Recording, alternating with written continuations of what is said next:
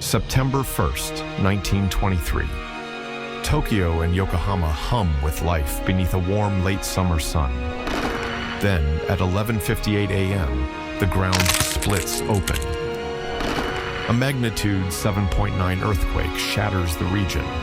Buildings crumple like paper.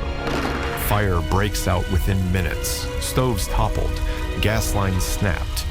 The wind fans the flames into firestorms, swallowing neighborhoods whole. In one terrifying incident, over 38,000 people are incinerated at once in Tokyo's Rikugun Honjo Hifukusho, a military clothing depot where they sought shelter. But the horror doesn't end with nature. Amid the chaos, false rumors spread. Korean immigrants are poisoning wells, looting homes. Mobs form, lynchings follow. Thousands of innocent Koreans, and some Chinese and Japanese mistaken for them, are slaughtered in the streets while police either join in or stand aside.